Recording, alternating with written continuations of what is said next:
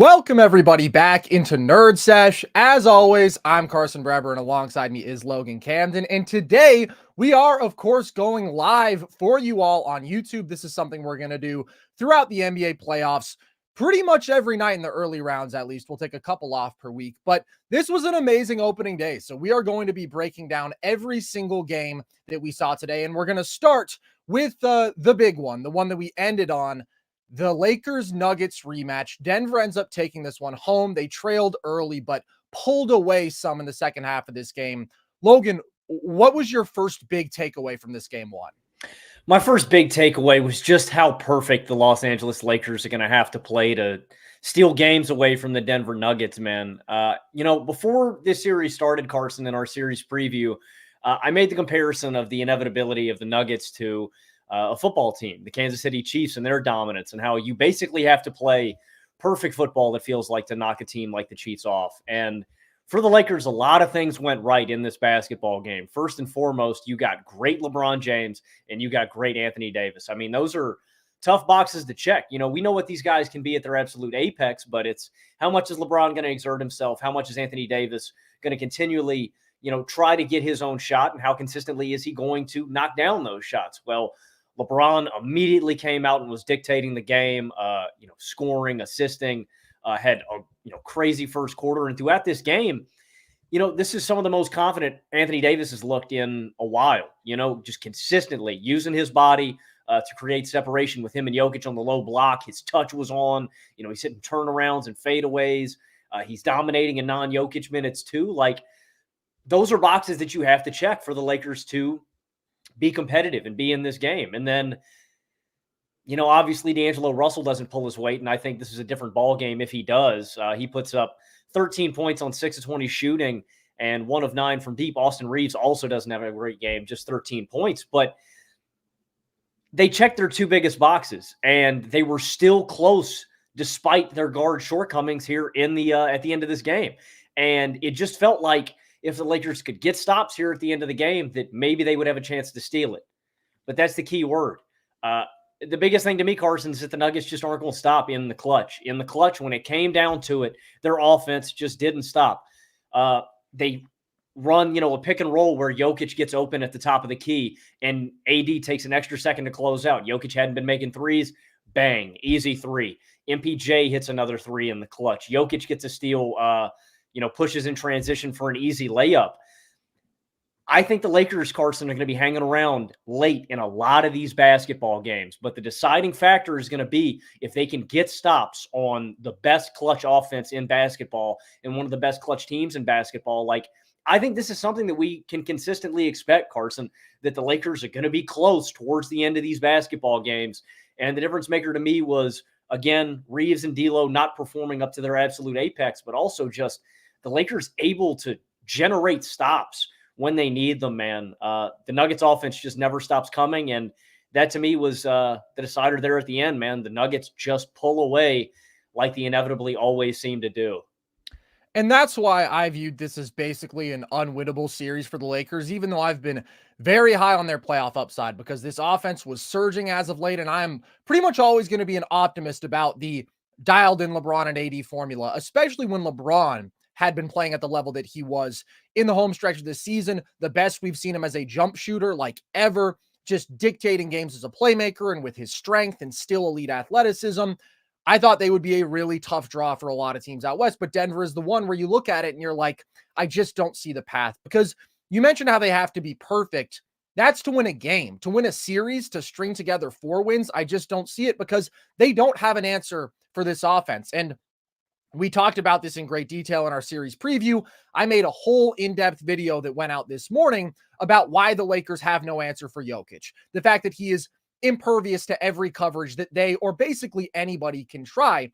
And the one thing that I specifically said is last year in the fourth quarter of game 1, for a moment it seemed like, whoa, eureka, maybe the Lakers have found something with putting Rui Hachimura on Jokic as the primary post defender and using AD in the roamer role where he can be at his best as a help defender, because in single coverage, Jokic is going to give AD the business. He's going to give anybody the business. And that was the formula that Minnesota laid out in the first round, and they guarded Jokic better than anybody. So AD is able to help effectively and deter some of those Jokic shots around the rim and affect some of those interior passes.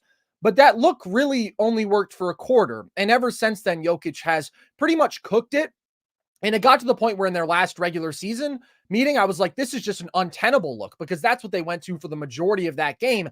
And the problem is, the key difference between the Lakers playing this look and, say, the Timberwolves is that Minnesota is really the only team in the league who I think can effectively do this, because Cat is so huge and he guards Jokic better in single coverage than most teams' best post defender, than most teams' best big would.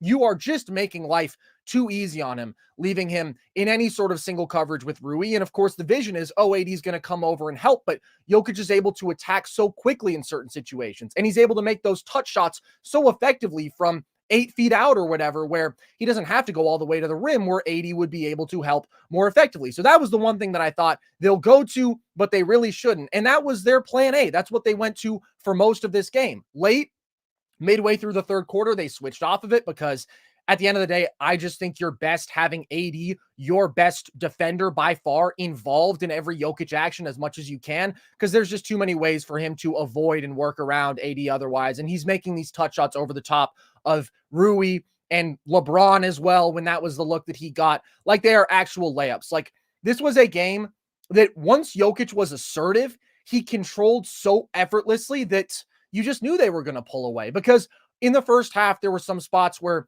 Rui's pushing him out to the perimeter and his catch point isn't super deep and he's content to just run handoffs and what have you, and he's not fully asserting himself. But once he got in that mode, he was scoring at will every time. And the other reason that LA was up early in this game and at halftime is that Jokic was creating a lot of good shots. The Nuggets were getting a lot of good threes, period, off of doubles, off of digs, and Jokic was very composed. He found the open shooters. He didn't turn the ball over once in this game.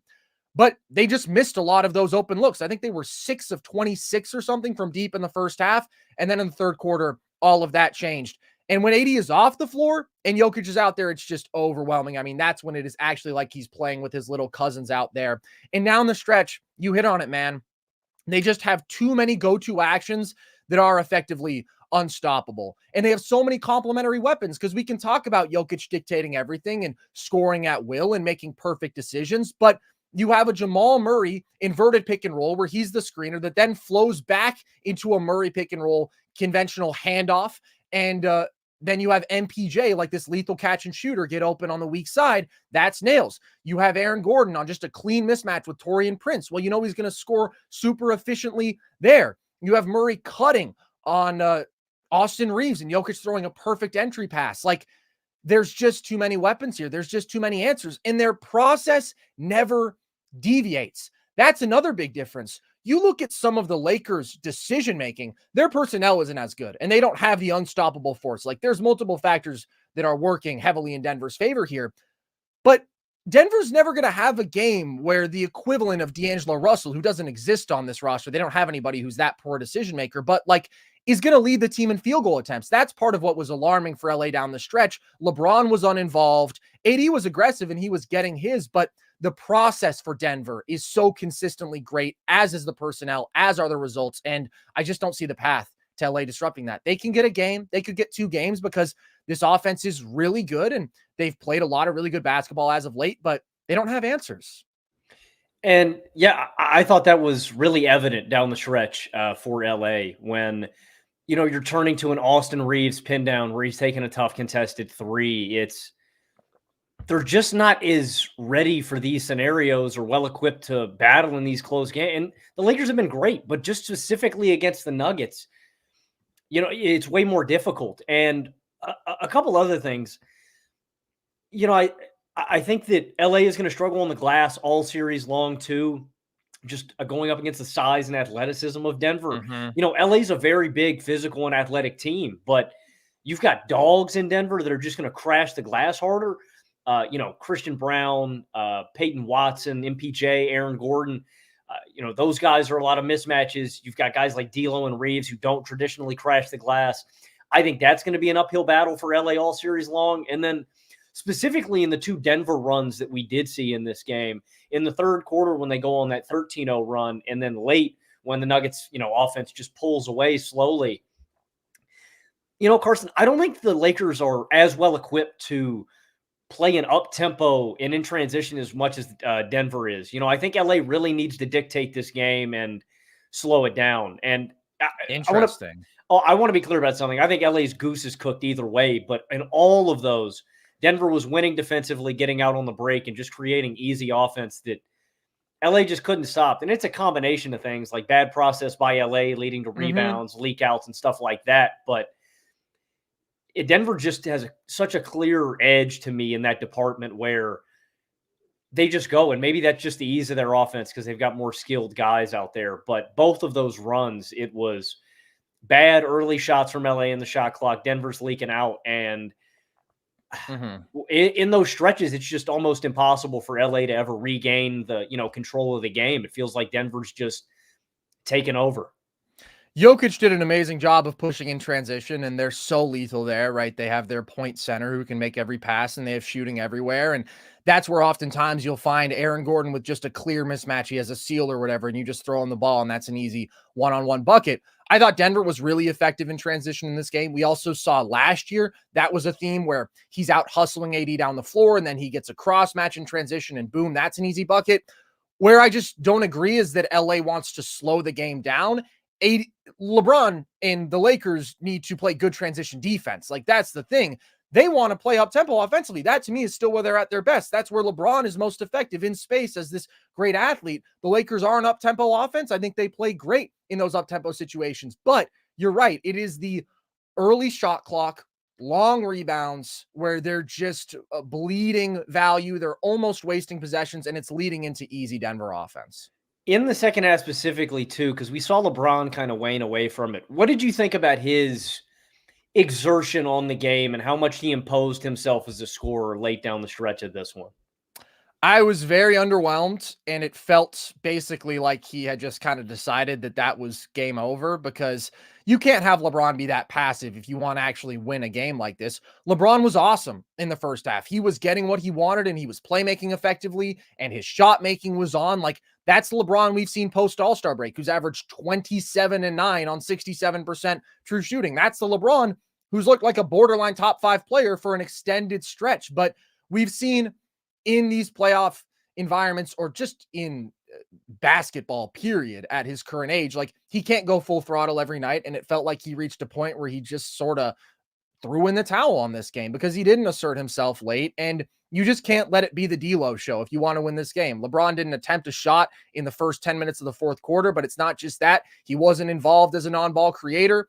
And I think there are multiple ways LeBron can run lethal late game offense. Of course, you can go to the inverted pick and roll with Austin Reeves. That's incredibly difficult to guard. You can have LeBron mismatch hunting there, or Austin Reeves springs open for a good look on a catch and shoot three.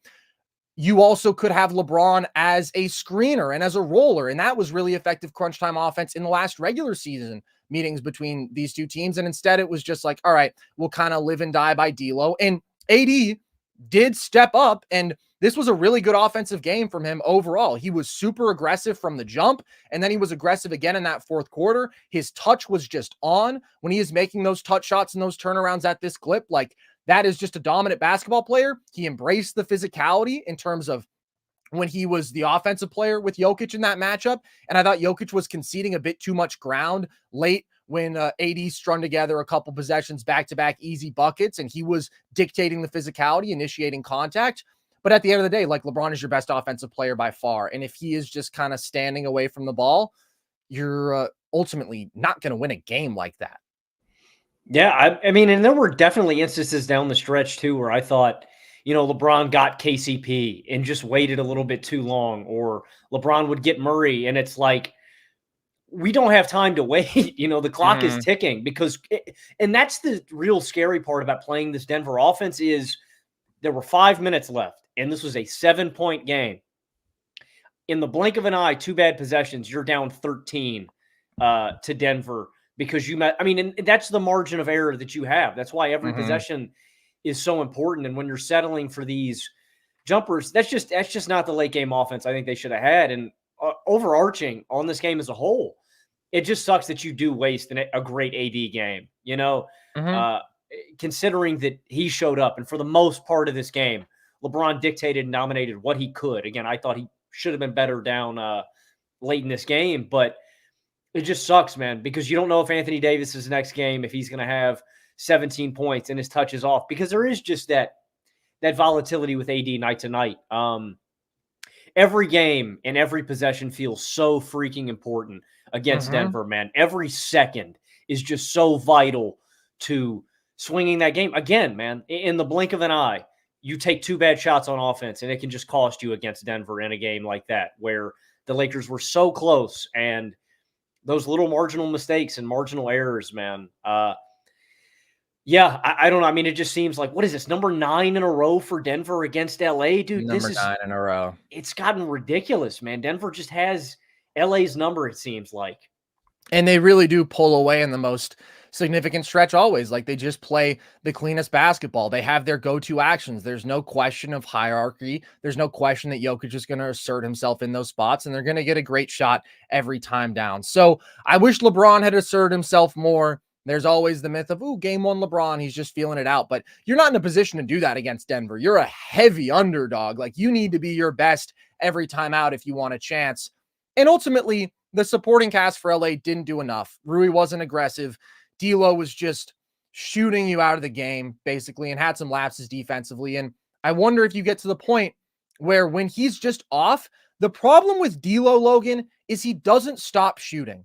Like, D'Lo is a very valuable offensive player when he's on, just because of the value that he has as a pure shooter. I mean, he's been lethal from beyond the arc, and he can dictate the pace of a game when LeBron needs just a little bit of a break physically, right? He's a smooth, composed operator out of pick and roll. He's a solid playmaker. Like, as a secondary shot creator, he's very valuable.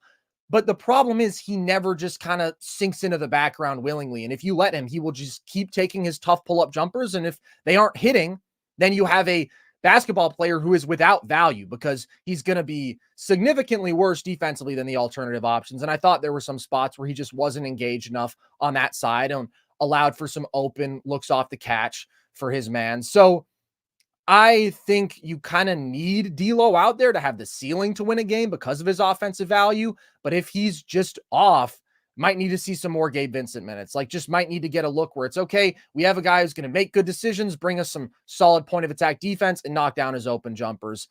I don't expect D'Lo to be this bad again. I don't think we're seeing last year's D'Lo, which was as bad as he's ever played over a multi-game stretch of basketball. But this was a rough opener, and it's kind of like the classic trope where it's just too much D'Lo, man. Too much D'Lo in a game like this.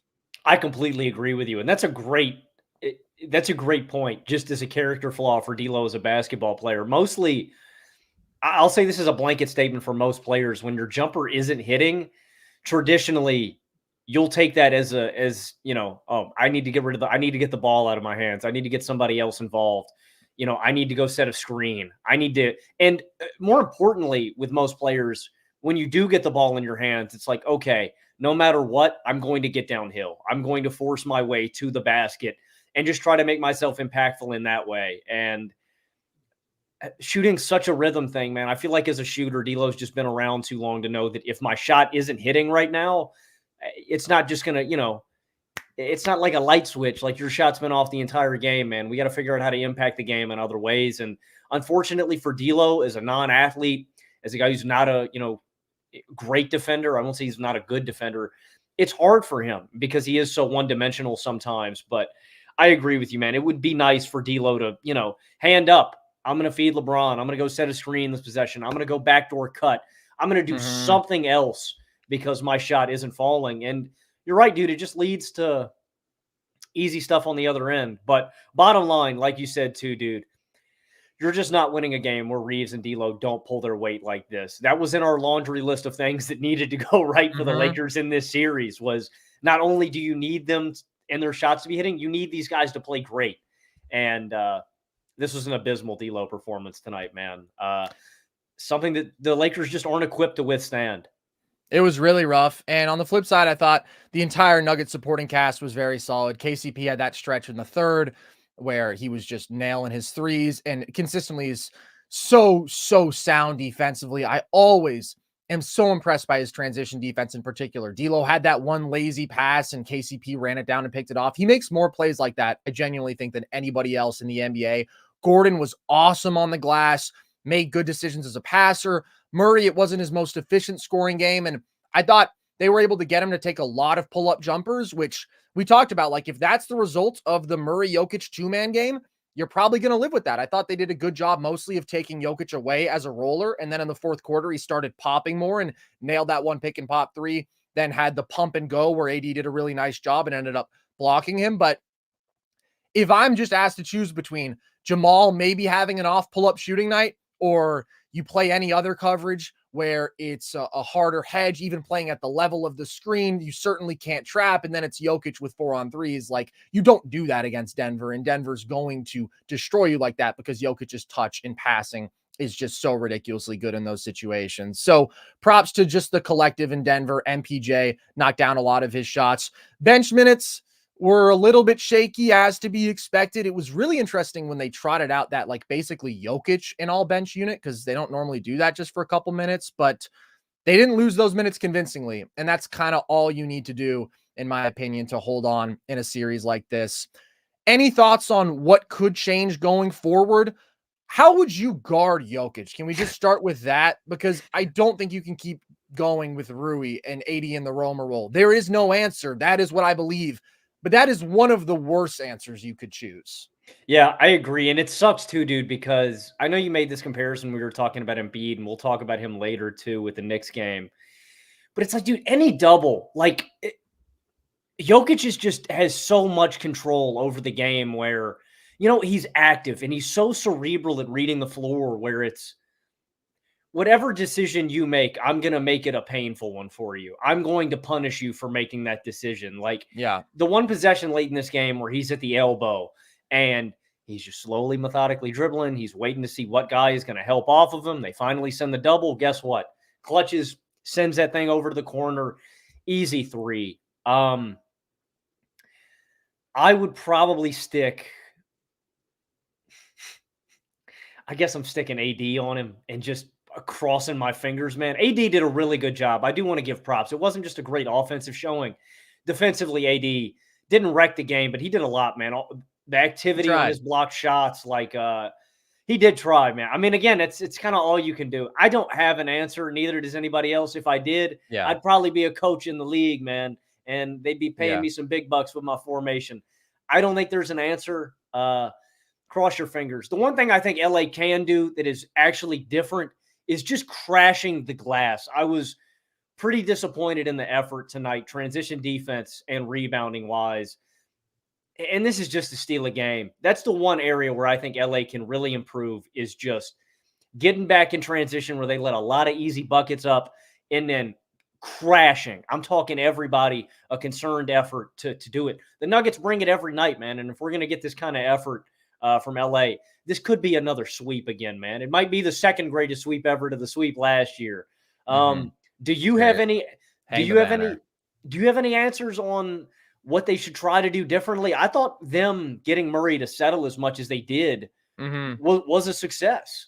I thought that they handled the two-man game well. My concern is more about Jokic when he's catching the ball in the post, because I just think, again, there's too little resistance from anybody other than AD.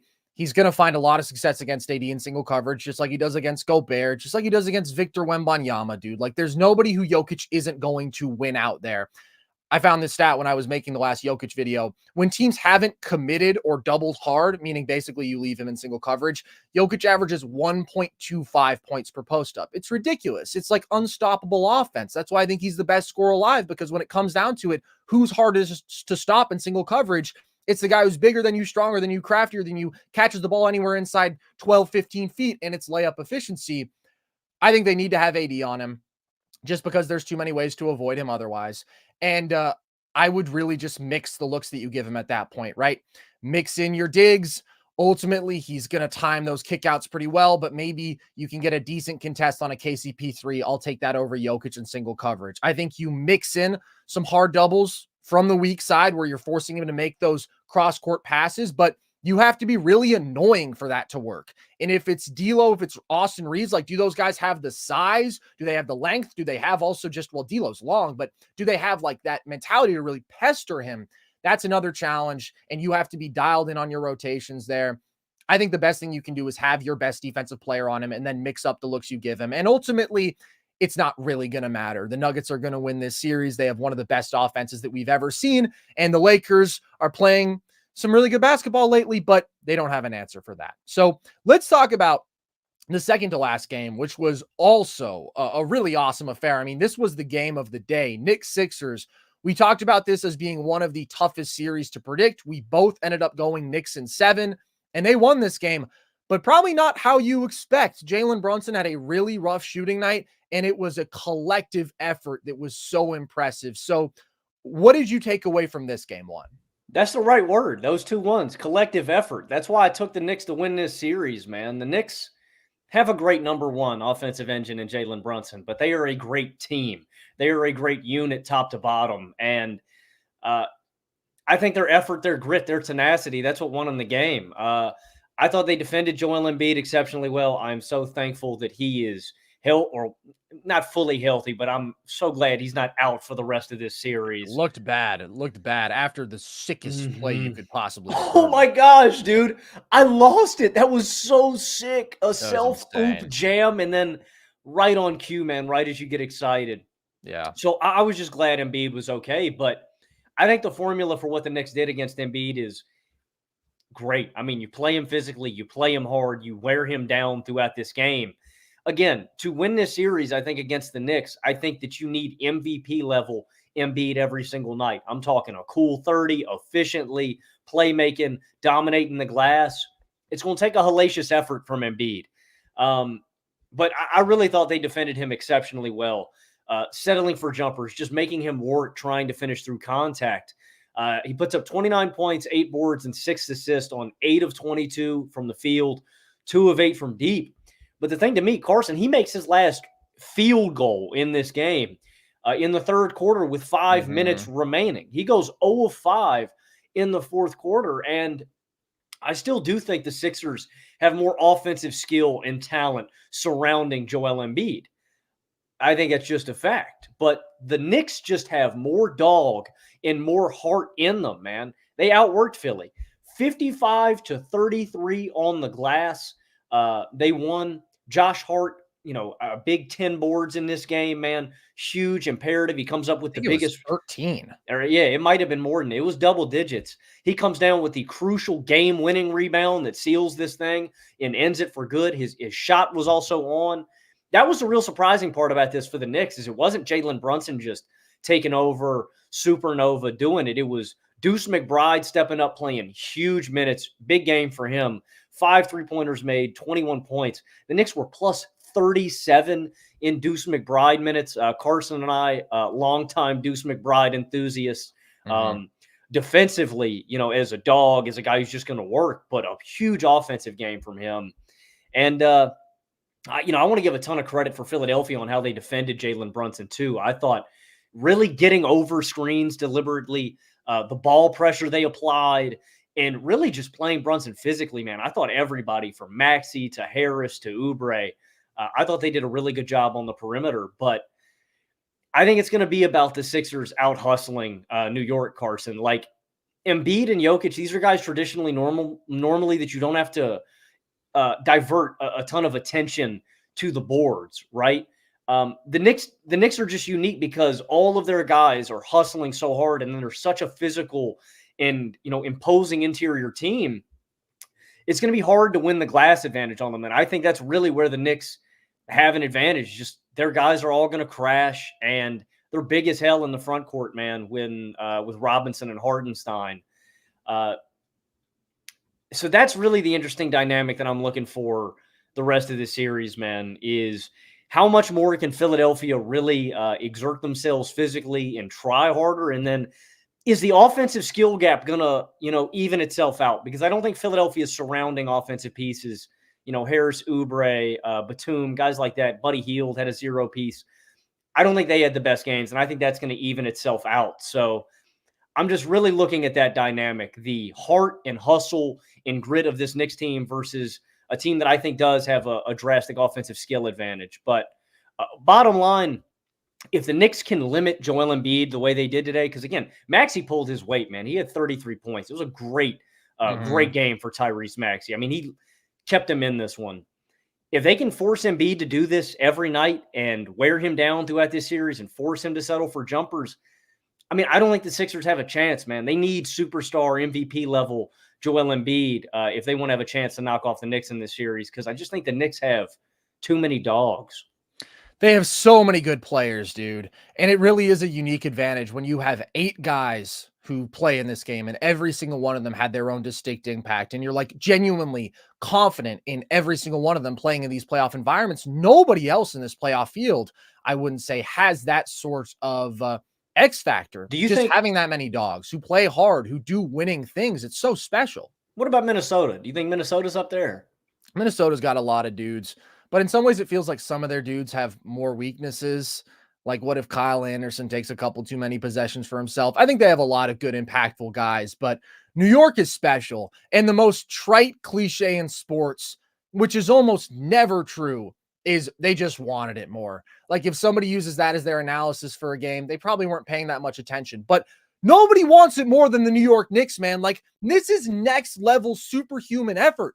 23 offensive rebounds in this game. And yeah, they're big in the front court, but like, they're playing Josh Hart at the 3, right? Josh Hart is 6'5". He just is like one of the best positional rebounders that we've ever seen in the history of this game. And it was an all-time collective effort from this supporting cast. The spot up shooting was insane, first of all, and that's a big difference that we talked about between this year and last year. Part of it was some dudes went ice cold. Last year, Quentin Grimes couldn't make a shot. Josh Hart was really bad. RJ Barrett was really bad from deep. But they've put together a much stronger group of shooters. Deuce McBride is consistently nails. OG is consistently nails. Dante DiVincenzo is one of the most lethal volume 3-point shooters in the league. And you felt the difference of that dynamic in this game. Down the stretch, Brunson, who had struggled to score efficiently, draws 2 defenders on a couple possessions, kicks it over to Josh Hart, nails a spot up 3, kicks it over to OG Anunoby, nails a spot up 3, and that's kind of the game right there.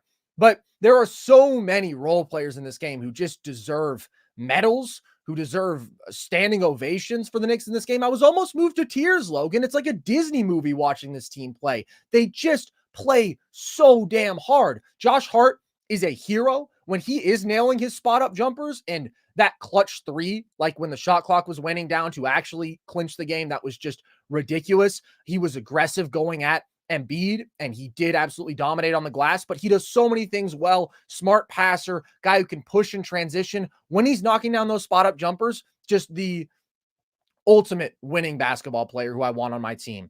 You mentioned Deuce McBride, absolutely swung the game with that infusion of offense. I flagged him as a guy who potentially could be someone who plays over Hart if he's not knocking down those spot up jumpers, because Deuce, although he's conceding some size and rebounding value, is such a good shooter and is such a good point of attack defender. They had them both out there and they were both fantastic. And he took on that Maxey matchup in significant stretches. Maxey got his. He was great in this game, but I thought Deuce guarded him well. I thought he had a really nice combination of the quickness and just that constant motor that makes him such a good perimeter defender. And Mitchell Robinson was a game changer in this one, dude. Isaiah Hartenstein has been phenomenal this year, and holding down this Knicks team as basically like their lone 5 when Robinson was hurt, he did an awesome job. And there are so many things he does well as a passer, as a touch shot finisher, as an overall defender and rebounder. But I think Robinson is the best matchup for Embiid. And you talk about how Embiid didn't have a field goal in the fourth quarter. That's because of Mitchell Robinson. He is just one of those rare guys who was huge enough to match up physically, and he did a phenomenal job on him. Embiid went at him 5 times in those last 6 minutes, took 4 tough jumpers, and got fouled once. So I think we're going to see a lot of Mitchell Robinson in this series because of what he can do with Embiid in single coverage, matching up physically, having the length to affect his jumpers. But then also what he does as a help defender with the 4 blocks in this game, what he does as a drop defender out of pick and roll, made some impactful plays, and just his constant effort, 7 offensive rebounds in this game. He totally changed the dynamics, and the Knicks are so fortunate to have him back healthy now, because he's obviously been playing his way into shape, but I wasn't sure if he could step up and handle a playoff matchup like this, just with how little he's been out on the court this season. And he immediately did. And I thought he was phenomenal. All those guys swung this game. You don't win this game without those guys stepping up. Like, the bench was huge in this one, winning a game where Jalen Brunson really struggles. And also Tyrese Maxey is excellent. Like, that's huge. You think if your second option offensively soundly outplays our first, we shouldn't be able to win that game. And the way you win it is shoot the lights out, the supporting cast, play your ass off, defend your ass off, harass them the entire game, fight for every 50-50 ball and win. And that's what the Knicks do. And that's just a really unique formula. And it's super, super fun to watch.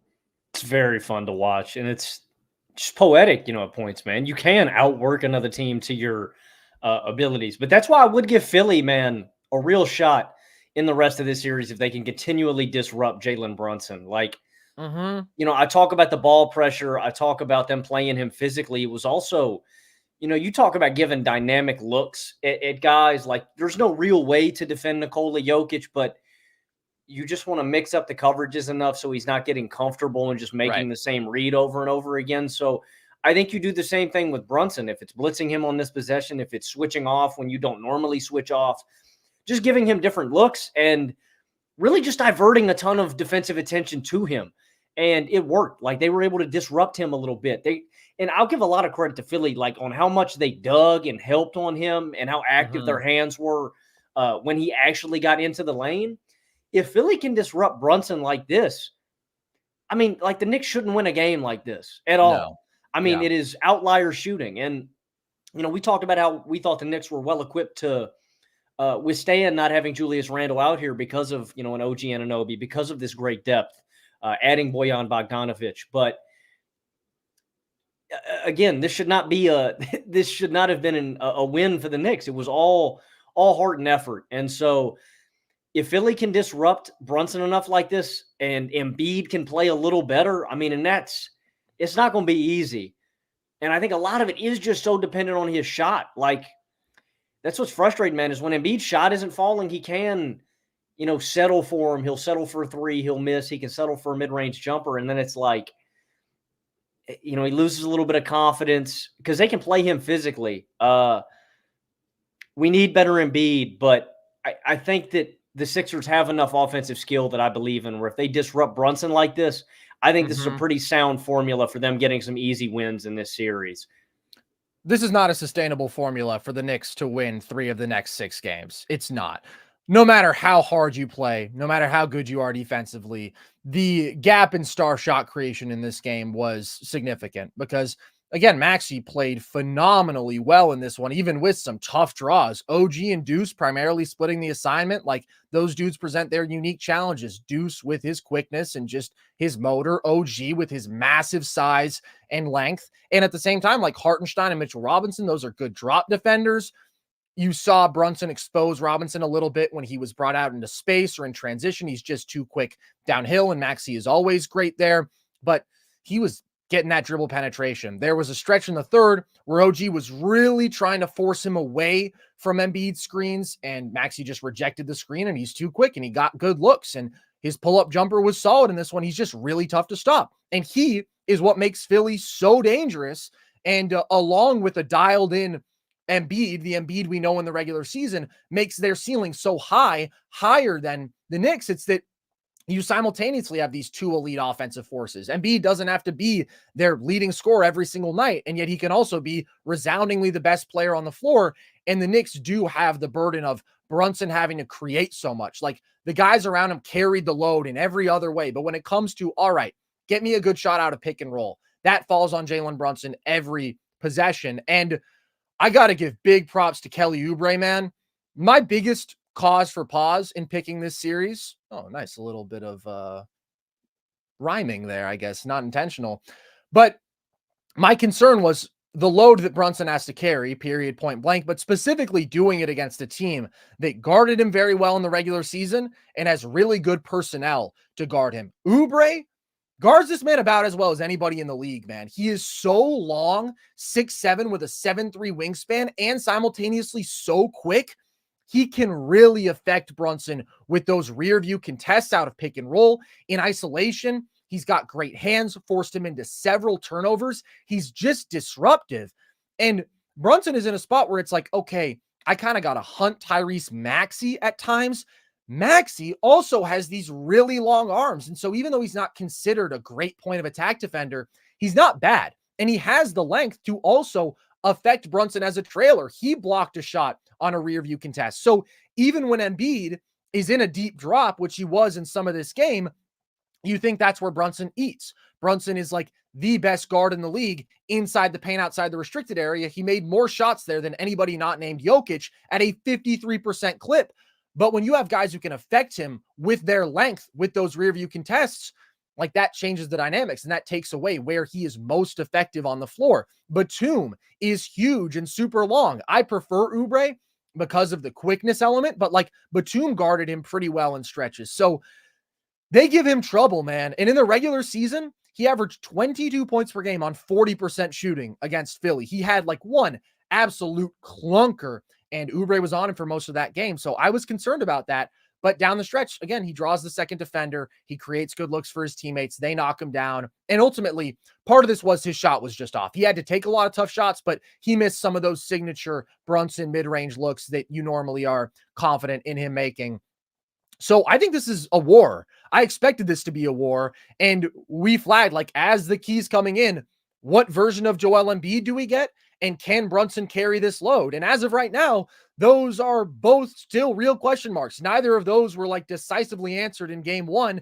Embiid came out of the gate super aggressive, but progressively took tougher and tougher shots, became more reliant on that jumper, maybe lost a little bit more confidence in that knee after the scare that he had off the self-oop. But also, I just think Robinson was the best counter to him. And then Brunson, again, didn't have his best stuff and they guarded him really well. So my view hasn't really changed on this series. Mine hasn't either. And just to add on about how they can really affect Brunson too, even when he gets into that crab dribble, like out of the pick and roll too, those guys' arms are so long, they can pick his pocket in different ways where, other guys just can't get to that ball. And Brunson's a smaller guy, so they can. That's the good news for Philly, in my opinion, is I don't expect Embiid to play this poorly. On the flip side, I also don't expect Brunson to be off like this, but I think Philly is well equipped to defend him. But a lot of it is just effort fixes where I think that, Philly can just perform better. If that's crashing the glass harder, again, trying to out-effort the Knicks is – I'm not saying they're going to do it. Philly played hard, though. Like, Philly grinded defensively. The Knicks are just different. And also, like, they are huge, and they're always an elite rebounding team. And Josh Hart is one of one.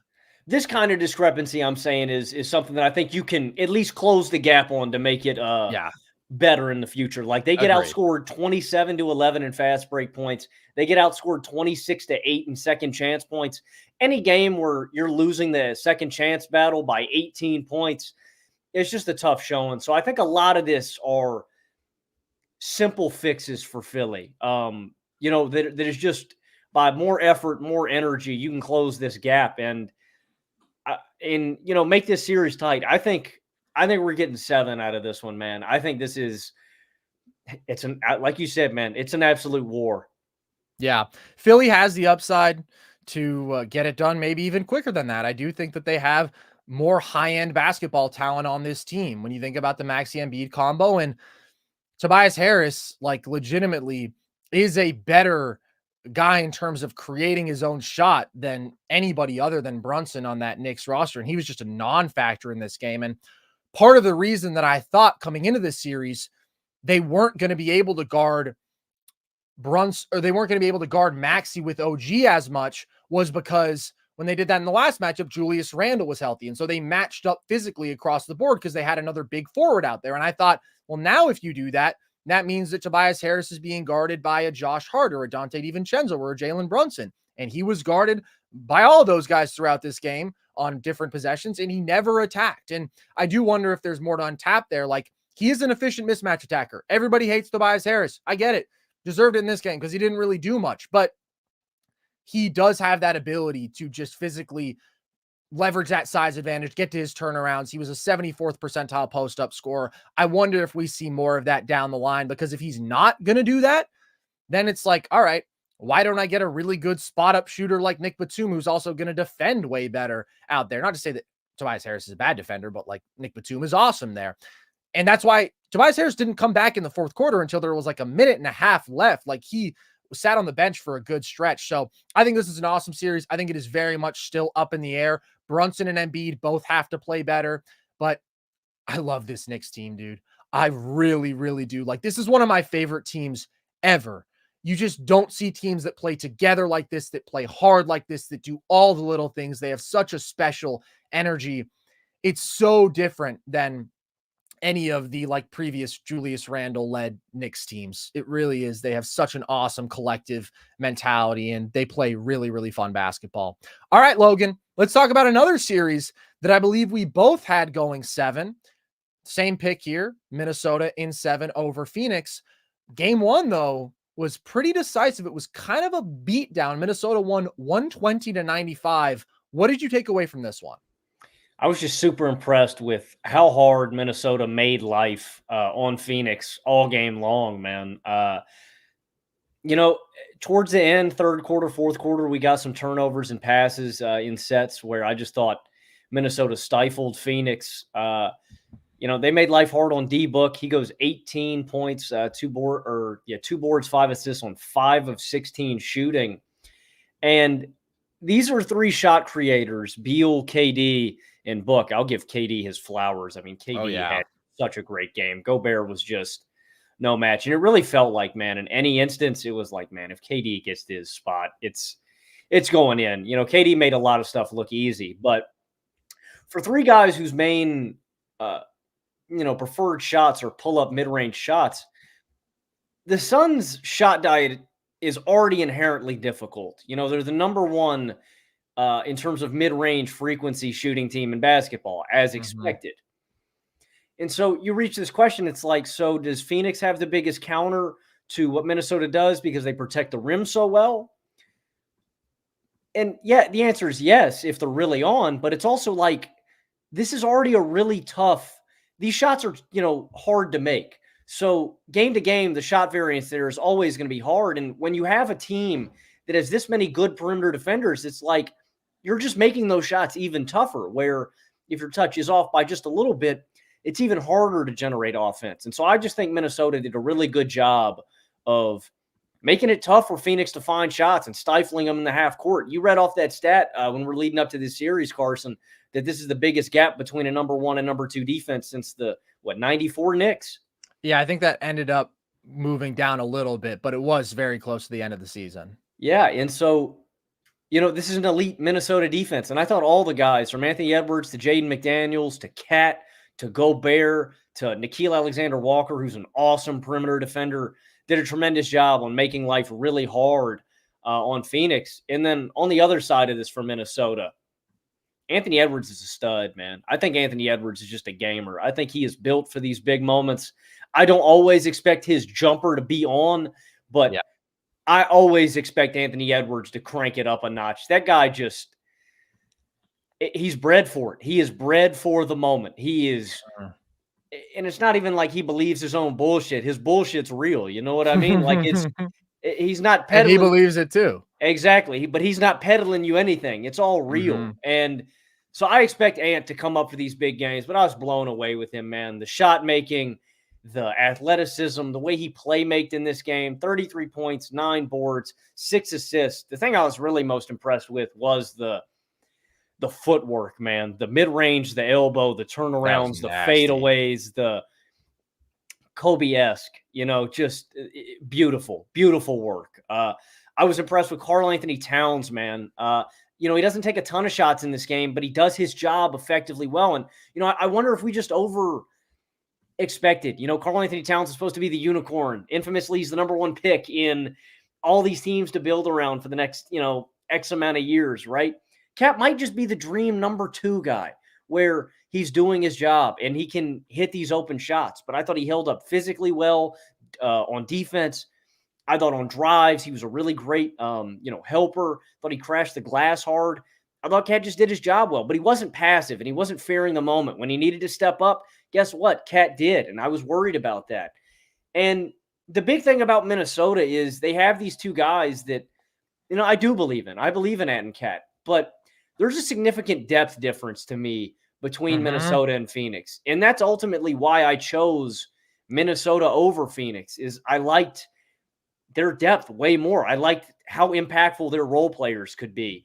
Naz Reid is a weapon to have out there on the floor at any given time. I said this in our series preview. Naz Reid is a 40% shooter from every area behind the arc. The guy is just water. If he puts up, he's just got great touch. If he is shooting a three, it is a good shot. And considering how well this team collapses defenses and creates good looks for him, it's just easy. The fact that he is such a good closeout attacker, Naz Reid doesn't make sense. And it is so they're spoiled for being able to bring him off the bench. Nickeil Alexander-Walker, having a guy like that you can bring in and play defense and handle a little bit. And the one that blew my mind away was in transition when he's dribbling the ball up the court and he steps in to that left wing three. I don't know if people realize how hard of a shot that is, man. In transition, going full speed to plant your feet, just stop and pop that. That's a tough shot. And, I just look up and down the roster of both of these teams, Carson, and I go, damn, man. I just don't trust other guys down the Suns roster. I just don't. You go, damn. I go, damn, man. I don't trust the other guys, the Grayson Allens, the Eric Gordons. I trust them to do their jobs and to hit shots sometimes, but in terms of well-rounded, all-around impact, the Timberwolves just have more guys. And I think there is such a heavy burden, too, on the Suns stars to be so overwhelmingly great offensively and then exert themselves at an unreasonable, expectation on the other end. I think it's really hard to expect D-Book and Beal and KD to do all of this offensively and then to go defend Anthony Edwards on the other end, man. It's just tough. And so considering those factors, I'm pretty confident in Minnesota. Now, I don't think we're always going to get Anthony Edwards like this. I don't know if we're going to get Cat, every game like this, but Minnesota just has more guys that I trust down the roster. And that was the difference in me picking this series. And I thought that was, along with Ant, just big dog and everybody, was the difference in this game. This was a very decisive win, and you touched on a lot that I agree with there. Minnesota was just consistently a better basketball team throughout this regular season, but Phoenix had controlled the head-to-head matchups. They swept them. And I did have concerns about this matchups in terms of Minnesota's defense being as dominant as we're used to because of the fact that Phoenix is a team that is so predicated on skill and perimeter shot making and pull-up shooting, and having four guys who are all going to be lethal pure shooters when Grayson Allen is starting, three dudes who are very dangerous on-ball creators.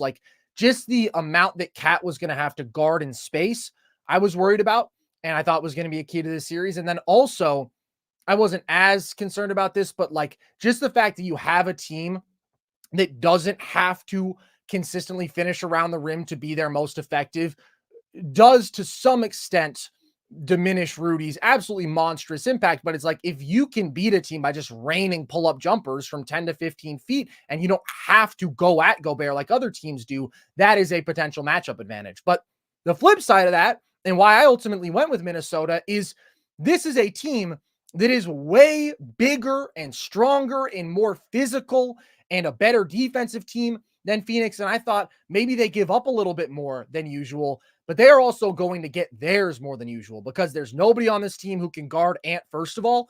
And they did a good job on him early in this one. They were hitting the exact pressure points that you want to with Anthony Edwards. They were saying, all right, we are going to send a second defender at you early. We are going to double and help hard, and we're going to force you to beat us as a passer, and we're going to force you to beat us as a pull-up shooter, and we're going to bait you into some of those tough, deep pull-up threes. And he took a couple early that I didn't love, and he had the 4 turnovers in the first quarter. That was the ideal game plan for them because they don't have a guy who in single coverage can stay in front of Ant and bother Ant. It has to be very much a collective effort. And he's not the most proven decision maker when we're talking about these offensive number ones. And although he put on a clinic today, he was one of the least efficient volume pull-up shooters in the league. But that third quarter was just ridiculous, man. It was the most electrifying performance of the day. 18 points and just an absolute clinic, as you mentioned, from the mid-range. And he was unconscious with the pull-up threes, and he just put that game to bed. You also hit on a key point, though, with the supporting cast, which is that when they did start trapping Ant, and well, they did that early in the game as well. But once it was like, all right, cool, this guy just isn't going to miss a pull-up jumper. The T-Wolves don't just have straight up spot up shooters. They have good spot up shooters, but they have versatile offensive players. They have dudes who are comfortable putting the ball on the floor and then can also knock down shots. NAW, Jaden McDaniels had some nice takes in this game, working his way to the mid-range. Naz Reid is a very skilled ball handler for his size and good athlete. Mike Conley sucked in this one, but he also fits into that archetype. So Ant just stayed composed as the game went on, and he got the ball out to those guys, and now they're working with an advantage, and they could capitalize on it. Felt different than Grayson Allen in this game, where it's sort of like if you close out hard, he's not as comfortable attacking those closeouts, putting the ball on the floor. And so you can make him a less effective player by running him off the three-point line or just deterring those three-point shots to begin with. So Minnesota's depth shined, Ant shined. But honestly, Logan, I think Karl-Anthony Towns is the most problematic matchup for the Suns. They have no one who can guard him. Like, Ant dominated this game. Ant was the best player in this game. But Ant dominated this game in a way that he doesn't normally dominate. Like, I love Anthony Edwards. I think everybody does.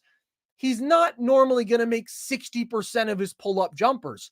Cat, to me, was the guy who just consistently put Phoenix in positions where they were working at a disadvantage because they are this very slight team and their starting five is very small, honestly, outside of Yusuf Nurkic.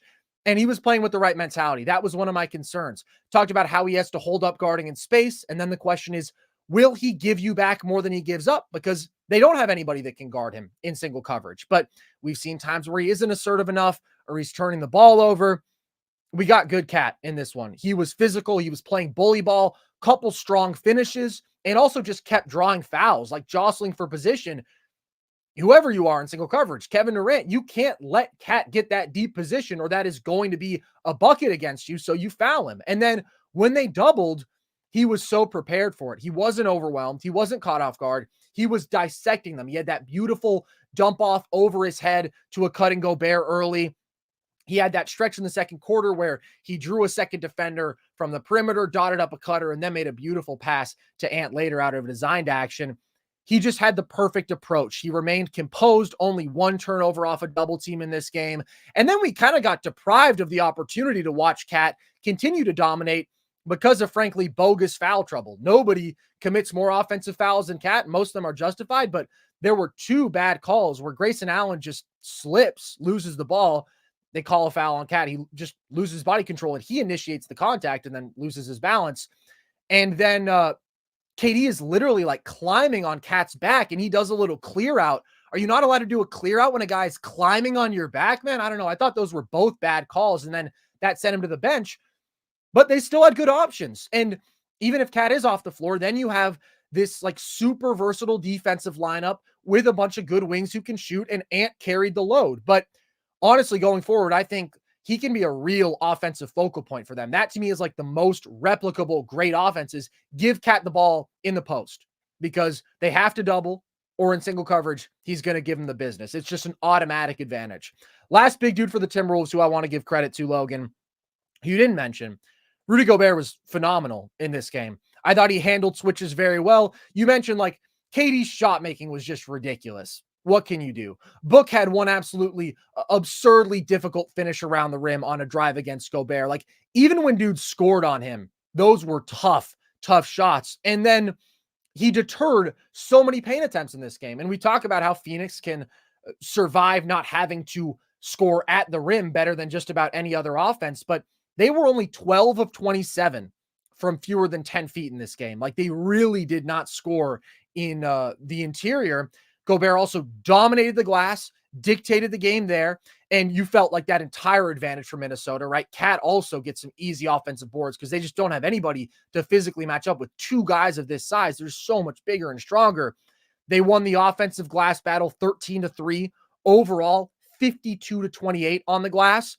But offensively, I thought also Gobert was good. He was appropriately aggressive. He is a big target over the top who the Suns don't have an answer for. And Ant struggled to get some of those passes to him in traffic early, but Nurk can't contest a lob to Rudy Gobert. And he also, like, at a couple points went after a mismatch, which I'm good with. He hit that ridiculous turnaround and won. You're not going to get that a lot, but it was a really good Gobert game. Like, Minnesota had by far 3 of the 4 best players on the court. And then they also had the significantly better depth, and their collective defense was awesome. It was a resounding win. And Ant isn't going to nail his pull-up jumpers like this going forward, not at this clip.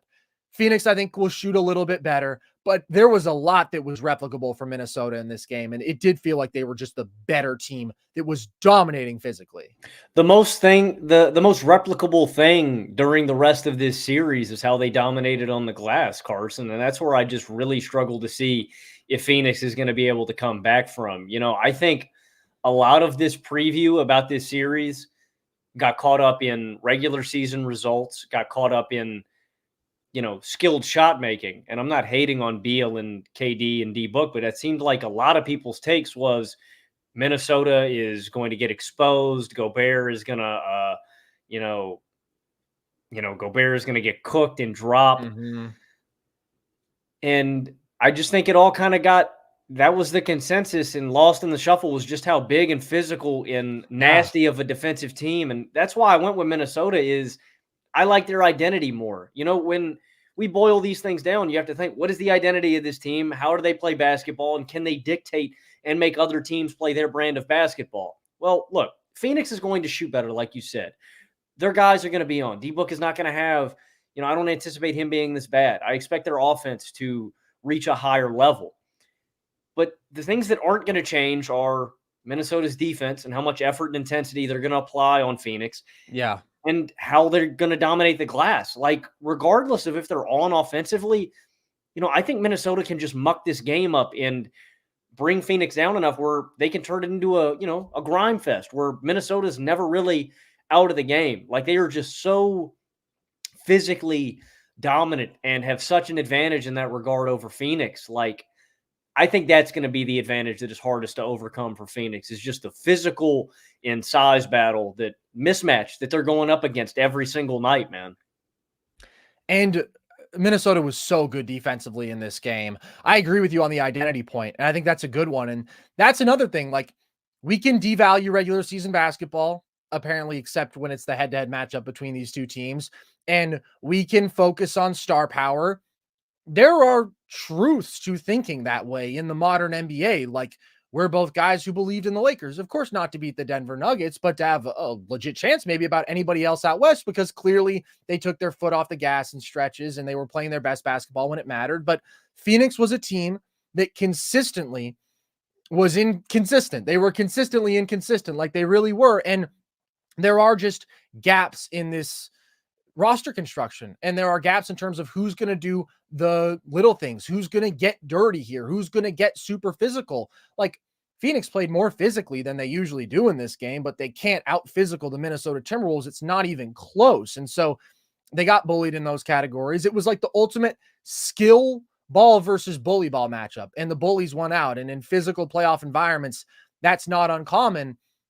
It definitely matters that you have a guy who can get you a shot in the half court, but Minnesota has a couple of those guys ultimately, and Phoenix just isn't built to guard them. But Minnesota defensively was so good. First of all, they did not get put in rotation as much as they have in previous matchups. Like, they weren't really getting beaten off the bounce very consistently. They did a lot of good defense in single coverage, forcing Phoenix's stars into these pull-up jumpers, which they'll take, but it's better to have them take a mid-range pull-up that's reasonably contested than it is a wide-open catch-and-shoot three for any of these guys. And I thought they especially did an awesome job on Devin Booker. Book has to be way better. This was a bad Book game, and I am a Book fan. I love his game, but he just was a non-factor. KD had to do basically everything. They were physical with him at the point of attack. Gobert deterred him on several drives, and it just gets a little bit mucked up when you have Nurk down there, who's obviously not a floor spacer, but also isn't like this sort of vertical threat where you throw it up to him. So Gobert can play two on those drives somewhat easily. And he took a lot of tough shots and just didn't create a lot of good shots. And when Minnesota was in rotation, they were sharp, man. They were sharp there. Cat I didn't think was great on the perimeter.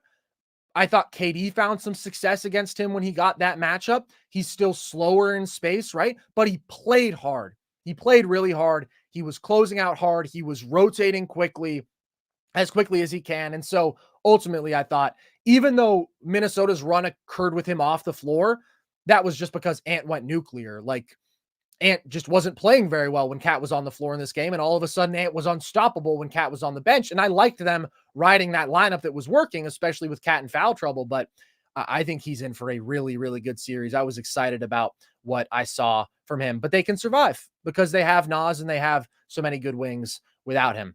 For the Suns, do you have cause for optimism about anything? Like, what do you think will go better and maybe give them a chance going forward? I mean, like you said, I don't think Devin Booker is going to play as poorly as he did in this one. The issue that I have with Phoenix really is just their process, man. There were a lot of drives where, I don't know, man, if Phoenix is in a rhythm, if there's not a go-to guy, they can just kind of play a little too quickly. Like there were back-to-back possessions in the second half where they throw balls away, easy turnovers to kind of sink this one. You know, Minnesota gets easy buckets in transition. I think that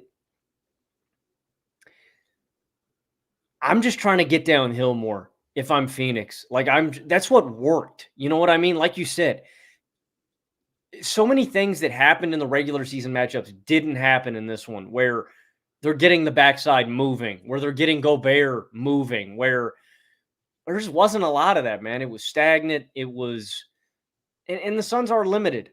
I don't know. I think the physical mismatch here is so large. I'm not saying the Suns can't win a game. I do think the Suns win a game. I think they probably win 2. I'm taking, you know, at least they're going to 2. go nuclear. KD and Book and Beal will go nuclear.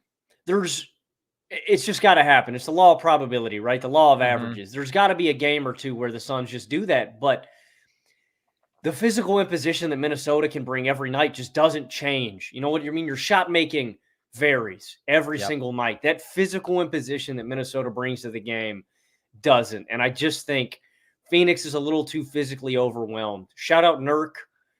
Nurk's a tank, man. And Shout out Nurk battle. for what? He Nurk's got gonna battle, dude. I mean, Rudy outplayed him soundly, though.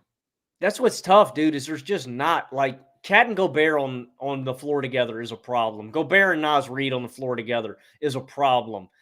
Naz Reid and Cat on the floor together is a problem. Like, the Suns just don't have anybody alongside Nurk that can help him do that and change. And so I think Phoenix consistently gets beat like that physically. So I guess the silver lining here is you're going to have a game or two where you are just nails on your pull-up jumpers, but I'm pretty confident in Minnesota because of their advantages that don't change game to game, that they're going to pull this thing out. I'm with you. There's not a lot of positive takeaways for Phoenix from this one. KD was phenomenal. You can't really ask him to be much better. And also the one thing that Minnesota did really well is because they mostly played him in single coverage. Like, he didn't really create for his teammates a bunch. The one dude who does add a unique dynamic, and this is something we talked about, is Bradley Beal because of his quickness. And I felt he was able to actually penetrate the defense the most. Book will play better. He'll just knock down more of his pull-up jumpers. He's so ridiculous there. The Suns collectively will knock down more spot-up jumpers. But yeah, there were a lot of clear advantages for Minnesota in this game where outside of Ant's ridiculous pull-up shooting, it's like nothing unsustainable happened. Rudy's going to soundly outplay Nurk this entire series. They are going to be the much more physical team. They are much bigger and longer. They have more quality basketball players. You felt all of that in this game, and I'm going to bet on it. And I do just want to give one last shout out to Ant, dude, because some guys like just make the moment feel even more special with how they act during it. And Ant is the epitome of that. When he is jawing at KD, dude, after every bucket, that's what it's all about, man. Are you kidding me? It reminds me of when a kid, I was playing a tennis match and he was jeering at me. He was saying something and I told him to talk to me when his balls dropped. He was a very small kid with a squeaky little voice. That's sort of like Ant. I think we have a lot in common, me and Ant. And that was on display in this one. unbelievable player, rising face of the league, consistently has delivered in these playoff environments. And by the way, consistently his pull-up jumper has been on in these playoff environments, which is when he's just unguardable. Like when he just has this beautiful step through into like a little hook shot almost, you're not stopping Anthony Edwards. Let's talk about the last game of the day, Logan, which was actually the first game of the day in which there were a lot of stops. Cavs Magic was super on brand, dude. We talked about this as the throwback, ugly offense, slow, low offensive rating series, and that's what it was in this one. This was the series that we differed on, though, out of all the ones that we've talked about today. You took Orlando. I was surprised by that. I took Cleveland. How do you feel about that pick after game one?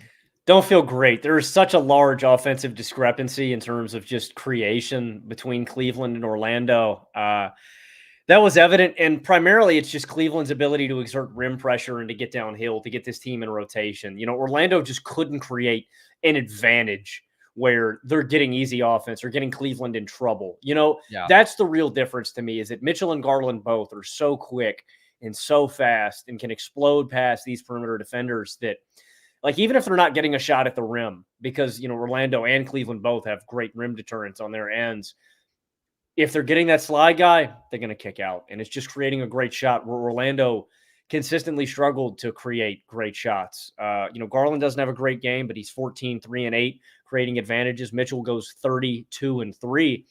And I think there is honestly an argument that you could make that in terms of self-creation, Cleveland has the 3 best perimeter creators at the guard spot in this series. And I'm talking, sure. Yeah, Garland, Mitchell, and then Karis LeVert. Like, I love Cole Anthony. I love Markelle Fultz. I love Anthony Black. I love, you know, a lot of Orlando, but I mean, there's a difference, man. I love Jalen Suggs too. There's just such a lack of offensive creation for Orlando. And, you know, for a lot of this game, I was just waiting for Banchero or Wagner to take over. And these are big spots, but it's like in these lulls, in these offensive stretches where nothing is going right, I kept waiting and going, hey, guys, you're not getting the lid off the basket. This is where your best player needs to grab the ball and go create something. And one, Banchero and Wagner just physically couldn't do it. 2, they didn't want to. And that's where I get frustrated, where it's like there just has to be a self-awareness. You know, you're struggling. You're their best players. You got to go make something happen. Neither of them could create those advantages, and neither of them wanted to. Paolo, I felt like we talked about this in our preview, and you said this was a big reason of why you were picking Cleveland. They baited Paolo into a lot of his bad tendencies, you know, prone to settling for pull-up jumpers. And it's also just a reality of Paolo as a basketball player. I think Paolo's going to figure it out one day where he is one hell of a rim pressure, one hell of a playmaker because of his rim pressure. I think the pull-up jump shooting is going to come along. It's all going to come together for Paolo. I believe in him. But he sometimes doesn't want to get to the rim. He's okay with shooting that pull-up jumper all game long. And I disagreed with you. I didn't think Cleveland matched up with them well physically on the wings. They do. You don't need to be super quick-footed or agile to defend Paolo. You just need to be thick and sturdy. And unfortunately you need to be thick and sturdy to get up on Paolo, man. You got George Niang is thick and sturdy. You got the minivan George Niang. You got Isaac Okoro. You got Max Strus. All of these guys are compact and strong, and so they do match up with Paolo. If Paolo was quicker off the bounce, maybe they couldn't hang with him. I thought the wing tandem for Cleveland did a phenomenal job of walling off any drives from Wagner and Banchero. And so that's where I'm really concerned with Orlando, because I picked them in this series. I just don't know how they create any kind of easy offense. Carson, the guard tandem, the guard group that we saw from Orlando, this is Suggs, Fultz, Anthony, and Gary Harris. They shot, this is a combine from those 4. 4 of 33 from the field. Let's go. And 1 of 16 from behind the arc. So wait, Suggs made 4 shots, so the other guys went 0 of 17. Mm-hmm. Let's go. So basically, You are asking yourself the question, if you're a Magic fan, if you're pulling for Orlando, or if you pick them in the series like me, how does Orlando create easy offense? I think the thing that they have to do, well, there's a few things. The first thing that Orlando has to do, Banchero and Wagner have to want to take over. They have to take the role as lead creators. But two, I think they have to consciously try to attack Donovan Mitchell and Darius Garland. Whoever the guard is on the court, you have to get that switch. You have to go and attack them because I don't think they're creating advantages against the wings here. Two, I think Orlando has to do a better job of doing the little things offensively. Offense is not going to be easy. So what does that mean? That means when Suggs is driving from the baseline, that means when anybody is trying to get downhill, you're cutting off of them. You're getting to the rim. This is not a good perimeter shooting team. And so the reason I think it's way more important for them to cut and get to the basket, if they're missing a jumper, you got another guy around the rim to grab a rebound, or two, your guy hopefully falls asleep and you can help him because your guy is getting walled off and you can give him another guy to kick to, or just another guy for the defense to pay attention to that might create a shot on the backside. Like, you just have to do more little things offensively to try to create easy shots. And I think that's just consciously making an effort of cutting to the basket, of getting to the rim when shots go up and trying to get more opportunities. It's going to be a grimy series, so you got to do the grimy little things to win this one. And I thought there were stretches where Orlando could have capitalized on their on how much they stifled Cleveland defensively. I don't know how long this stretch went on. After they made 5 threes, Cleveland missed. I know they missed 15 straight. I don't know if it continued. I know they at least missed 15 straight threes. During that stretch, it was imperative that Orlando capitalized on that and created offense. I'm sorry if you can hear my dog whining. She's sleeping. I need Juju to calm down a little bit here. Juju, settle down. Yeah. Named after OJ, fun fact. Named after Juice, man. My favorite, of course. Your favorite football player. I thought Orlando could have capitalized on that stretch a little more when they were just cold. Like, you have to make the most of that opportunity to build a lead. They didn't. Orlando's offense was also similarly cold. And on the flip side, I thought Cleveland did a phenomenal job of staggering their stars' minutes. Mitchell and Garland just executed when they needed to. And the star of the show for Cleveland, in my opinion, was your boy Evan Mobley, Carson. Evan Mobley, to me, unlocks Cleveland's playoff potential. He raises the ceiling on what they can do on the grand scale. And I'm not saying this season, but long-term, if they're going to keep this core together, it's mismatch attacking. It is knocking down shots off the dribble. It is adding a different dynamic to the offense that you just don't have with two plotting bigs. Mobley hitting his jumper like this, Mobley attacking mismatches like this, gives you the ability to play him alongside Jared Allen, because defenses have to respect him out to the floor and defend him out to the three-point line. They have to match you guys physically because you have two guys that if you get a switch on either of the bigs, they can attack mismatches. It just opens up a completely different dynamic that Cleveland didn't have in the playoffs last year. I'm not going to switch on any of my picks. I went flip-flop way too much last year. So I'm just going to stick to my guns on all my series. But if you were going to ask me what series I was least confident in my pick in, it would by far be Orlando and Cleveland. There is such a drastic offensive talent and skill gap between the lead creators for Orlando and Cleveland. I'd be shocked if Orlando won this series, like genuinely shocked. Their only prayer was that Donovan Mitchell didn't look like himself, because for the most part, post All-Star break, dealing with the knee injury, he hadn't, but then the last couple games of the regular season, he did look good. And that's why I was encouraged enough to think we would get mostly normal Donovan Mitchell. And we did. And he's just so many levels above everybody else on the floor as a shot creator that in an ugly series like this, that's the difference maker.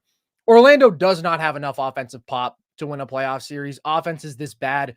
Just don't do it unless you're the Miami Heat and you have like a freakishly great coach and playoff defense and guys who just decide, all right, we'll shoot 45% from three and Jimmy will take his level up. I'm talking about last year's Heat, not as though they literally do that every year, but the precedent is pretty clear. They are below the threshold of offensive ugliness where your defense can just pull you through it.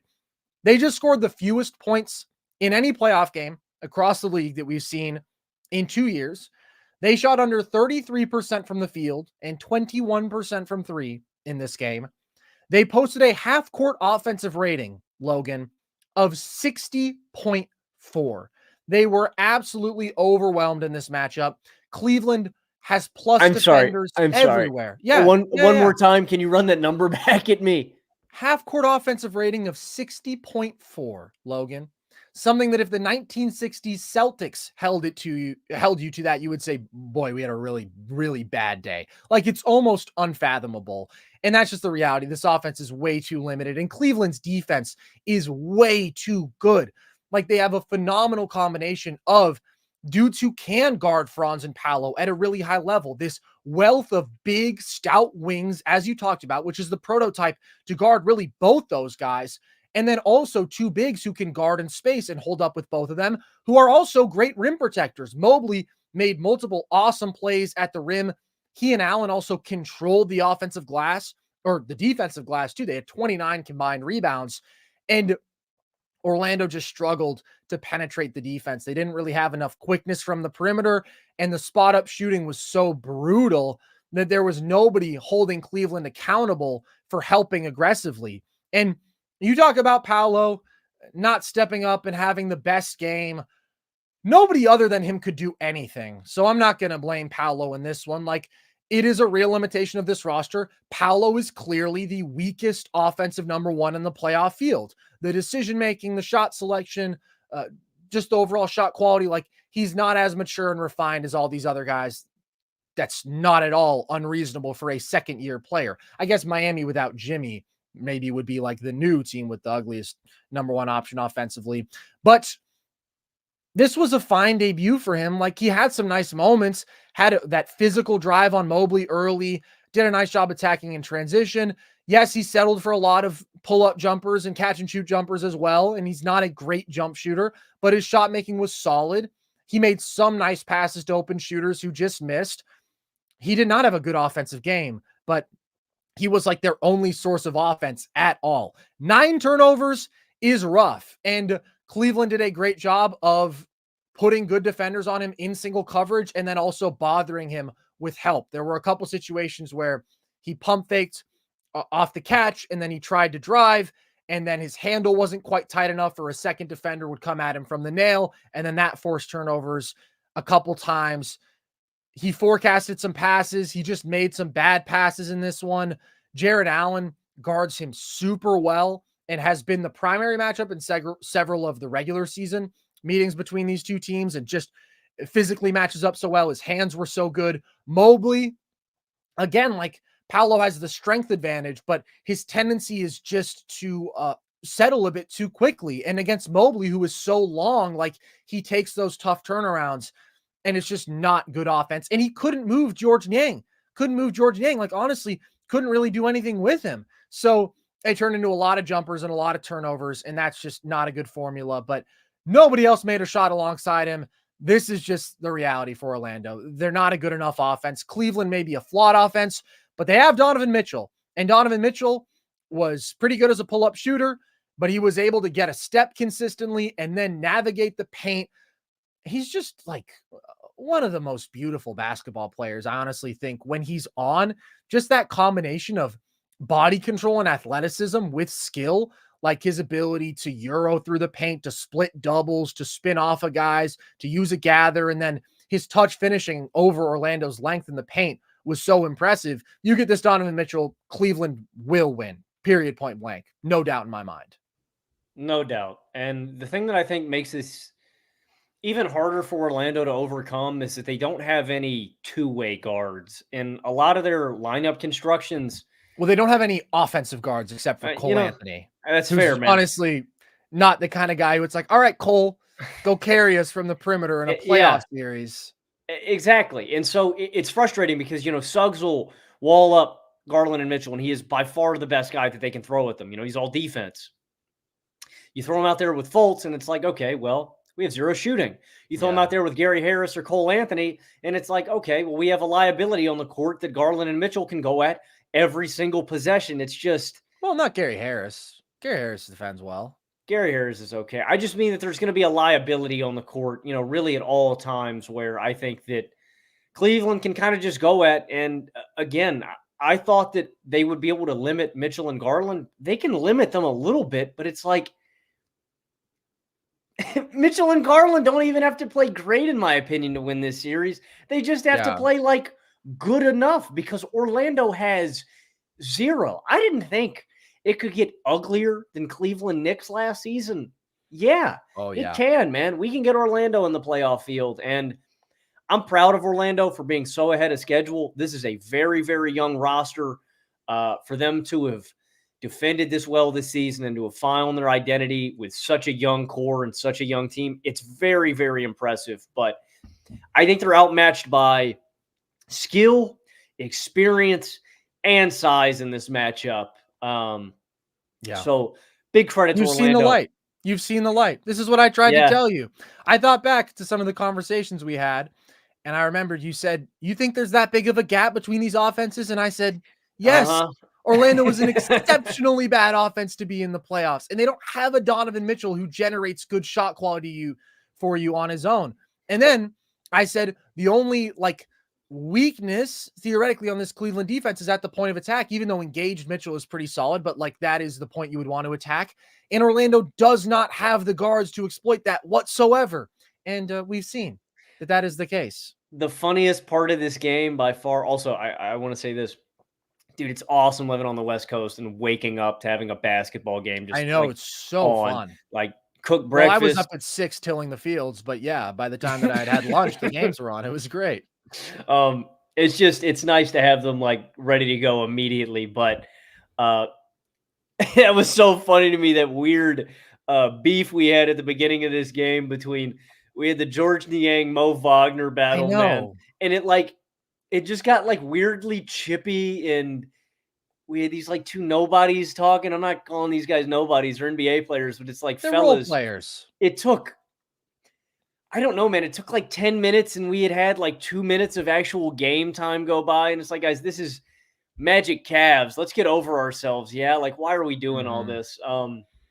Pretty embarrassing for the parties involved, I'll say.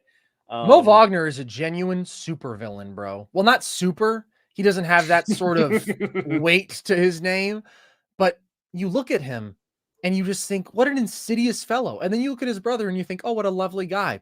But Mo Wagner, first of all, looks just like Bill Skarsgård. So he could have played Pennywise. He could have played Bill Skarsgård's character in this movie called what was it called? Barbarian, where he's just supposed to be this super guy who you look at and you're just like, oh, he creeps me out. That's Mo Wagner. In terms of basketball, he's all right. A couple more guys who I do want to give props to. Mobley and Allen, both. You mentioned Mobley was the star of the show early. I was over the moon. When he confidently stepped into 2 catch and shoot threes in the first quarter and nailed them both, I thought, praise be, Evan Mobley has arrived. He has come to us all, and we are so blessed to witness this. But then even more so, I was like, oh my God, he's decisively getting to his hook. He's spinning off a dude in the post. He's attacking multiple mismatches super successfully. And all game, he was really good defensively, and he was really good on the glass, where he wasn't last year. New York is an exceptional sort of physical team. They're always so great on the glass, but he and Allen both were much better in this game against a team that is still big and physical, but his offense was a lot worse in the second half. It started being Evan Mobley heat checks, which is a turnaround over Jonathan Isaac or Paolo Banchero. And at that point, I'm like, no, thanks, Evan. We don't need to do that. If you can knock down a spot up jumper and you can attack a clear mismatch, brother, I'm thrilled, because we know that you are going to have a big impact defensively. And Allen was even better on the glass, handled Paolo well in single coverage, and finished with authority, dude. That was another thing in this game. We can talk about spot up shooting. We can talk about perimeter creation and dribble penetration, but it's also the interior finishing, because Orlando, when they do get into the paint, they don't have a dump off target like that. Not only are they working at a size disadvantage, they don't have an athletic big 5 who can dunk over Jonathan Isaac twice in a quarter. And that was awesome to see Allen be that aggressive, that ready for the moment. Because on the flip side, I remember there was this one sequence in the first quarter where Paolo made a really nice dump off pass to Isaac, and Mobley and Allen just stuffed him twice. So the lights were not too bright for Jared Allen this time. Good news. Very happy for him on that front. And Cleveland's just a lot better. They had been playing bad basketball, but a lot of that was with Donovan Mitchell out, and they still have flaws, but they're not going to get exposed against the Orlando Magic. Do you have any hope for Orlando in this series?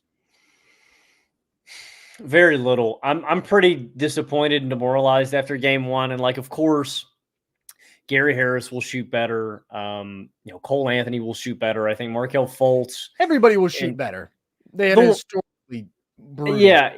like they'll be a little better, but they won't shoot that much better. I at this point, I have moved the needle from Orlando in 7 grimy series to, man, I hope these guys win a game. I just don't want to see the Magic get swept. They could, dude. Looking at all these series, it's just really tough when you can't generate decent half-court offense. And Cleveland's not great there, but there is a real gap. And I can't say that I'm surprised. One, you mentioned that I can't believe that offensive rating number you threw out is real. That's a disgusting number. But two, one of the key numbers that we mentioned in the playoff preview leading up to this was they are 28th, this being Orlando, in effective field goal percentage outside of the paint this season. And so it's just a reality who Orlando is as a basketball team. When they're going up against another team that is this good at deterring teams from finishing on the interior, it's like, wow. So you have taken away all of their offense and said, okay, let's go make some mid-range and some threes, guys. And I already gave you the numbers. Again, the guard core shot 4 of 33 from the field and 1 of 16 from deep. It'll be better. I don't know how much better. So, yeah, man, I just hope the Orlando Magic can win a game. I just want to hear that song, man. I just want to hear that song one time. We all want to hear it. We don't get to see the beam because, yikes, they went out a little sad. We don't need to talk about it. The positive takeaways from Orlando is they were awesome defensively, and they're top 3 defense in the league for a reason. And you mentioned, like, they could have capitalized more on Cleveland's cold streaks, but they capitalized somewhat. Like, they had a 9-0 run. They had an 11-0 run. It's just their offense was so limited, but like just hellacious defense where they're applying intense ball pressure. The rotations are sharp. They're just on top of whoever has the ball in their hands. They're swarming everybody. Like, coming out the gates in the second half, they forced 3 turnovers in 2 minutes, and then they were turning defense into offense, which is when they're going to be at their best. They also just have awesome defensive personnel, and starting Jonathan Isaac, they can like switch everything, which is a fun counter to have. The one downside with that is that it leads to more offensive rebounds for Cleveland because maybe Isaac can hold up on the perimeter against whoever, but Gary Harris, Jalen Suggs can't hold up on the interior when you're talking about the Cleveland bigs. So they're going to continue to defend well, but that's kind of a given in this series. Offensively, yeah, they will shoot better, but ultimately they just don't have the horses. They don't have the firepower. The one thing I would like to see them do more is try to pull the bigs into space and set up cuts, because this is a team that has been really good in terms of just their like cutting efficiency and volume this year. They have good athletes off ball, and they had a couple moments early in the game. Orlando plays like this hilarious brand of 5-out basketball where it's also like nobody's really a very good shooter, but when Jonathan Isaac is at the 5, and even when it's Wendell Carter, like, you have to reasonably respect that guy. And so I thought they did a nice job. There was one specific instance where Paolo basically ran a fake handoff to Suggs. Suggs cut. Allen, I think, was matched up with Isaac at that point, so he was pulled out to the 3-point line, and then you just have a wide open paint. Do more of that, Jamal Mosley, but that's kind of it. And ultimately, you can kind of counter that by saying, all right, we're just not going to worry about whoever your floor spacer is. There's no good answers. Orlando doesn't have the personnel. Yeah, and I really just think Orlando needs somebody who's going to step up and say, I want the ball. Like, there are just noticeable moments in this game where I felt like Paolo didn't fear the moment. I'm not saying 9 turnovers. Yeah, I'm not saying he feared the moment.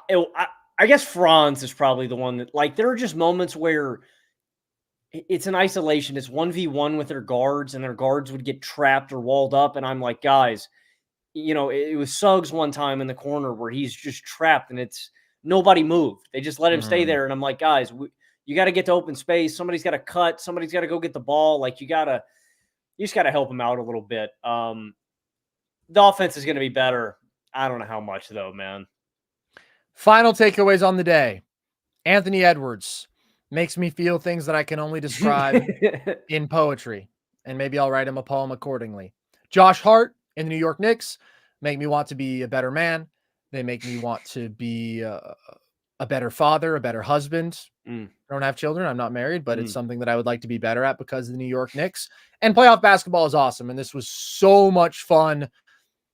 I thought that this was just like thrilling. And it's so great that we have so many series that, at least on paper, should be very, very competitive. That's not a dynamic that we always have to this extent in the first round. So I'm fired up, and we're going to be back tomorrow night, baby. And then we're going to be back the night after that. And then we're going to be back the night after that. We're going to be going live a lot throughout these playoffs because there's a lot of basketball to react to. Any final thoughts from you, Logan? Naz Reid. Naz Reid, bro.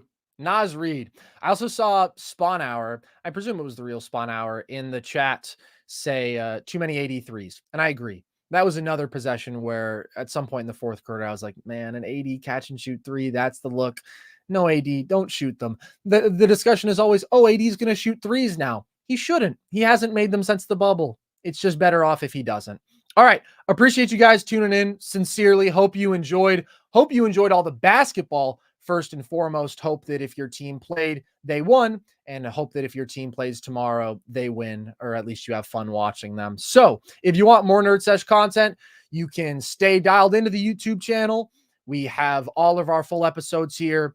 We had all of our series previews go up at breakouts if you want to watch any of those for the series that start tomorrow. As I mentioned, I did that in-depth breakdown on basically why the Lakers didn't have an answer for Jokic, and we knew that coming into this series.